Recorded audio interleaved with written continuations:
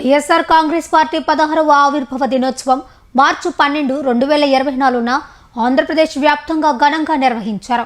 ఉదయగిరి, వరికుంటపాడు, సీతారాంపురం, దుత్తలూరు మండల కేంద్ర కార్యాలయాల్లో పార్టీ జెండా ఆవిష్కరించారు. కేక్ కట్ చేసి కార్యక్రమాలు నిర్వహించారు.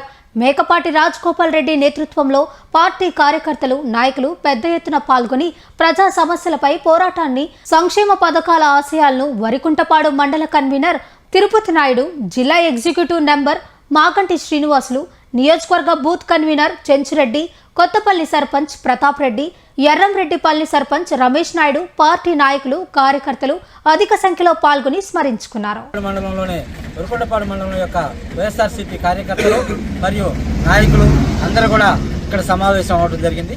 ఈ సమావేశానికి చేసినటువంటి వరికుంటపాడు మండలంలోనే వైఎస్ఆర్ కాంగ్రెస్ పార్టీ నాయకులకు, కార్యకర్తలకు అందులో మరియు ప్రింట్ అండ్ ఎలక్ట్రానిక్ మీడియా ప్రతినిధులకు అందరికీ నా హృదయపూర్వక ధన్యవాదాలు తెలియజేసుకుంటున్నాను. ఆంధ్రప్రదేశ్ రాష్ట్రంలో వైఎస్ఆర్ కాంగ్రెస్ పార్టీ ఒక ప్రత్యేకమైన పరిస్థితుల్లో స్థాపించబడింది. అంటే 2009లో ఆ రోజు ముఖ్యమంత్రిగా ఉన్నటువంటి రాజశేఖర్ రెడ్డి గారు మరణం తర్వాత ఈ రాష్ట్రంలో రాజకీయ శూన్యత అనేది ఒకటి ఏర్పడింది. ఈ రాజకీయ శూన్యతలో భాగంగా వాళ్ళ తనయుడు జగన్మోహన్ రెడ్డి గారు పావురాలగుట్టలో ఈ ఆంధ్రప్రదేశ్ రాష్ట్ర ప్రజలకు ఇచ్చిన మాట ప్రకారం, అంటే వాళ్ళ నాన్న మరణం తర్వాత ఆ మరణ వార్త విని చనిపోయిన అందరి ఇళ్లకు కూడా వచ్చి నేను పరామర్శిస్తాను అని ఒక మాట ఇచ్చాడు. ఆ మాట నిలబెట్టుకోవడానికి జగన్మోహన్ రెడ్డి గారు అప్పుడు కాంగ్రెస్ అధిష్టానం అయినటువంటి కాంగ్రెస్ అధ్యక్షురాలైనటువంటి సోనియా గాంధీ గారి కాడికి పోతే ఆమె ఓదార్పు యాత్ర చేసేదానికి లేదు, వాళ్ళని పరామర్శించేదానికి లేదు.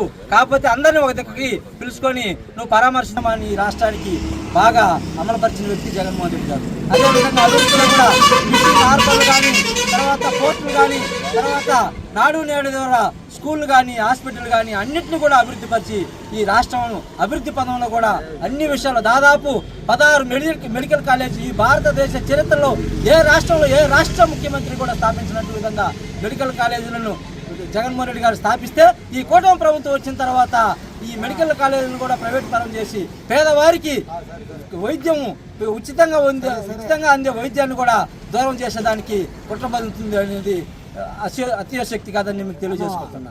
అదేవిధంగా చంద్రబాబు నాయుడు ముఖ్యమంత్రి అయిన తర్వాత ఈ రాష్ట్రంలో సూపర్ శిక్ష అనే పథకాలు పెట్టి తర్వాత వాటిల్లో రైతు భరోసా ఒకటి, తర్వాత గ్యాస్ సిలిండర్లు, తర్వాత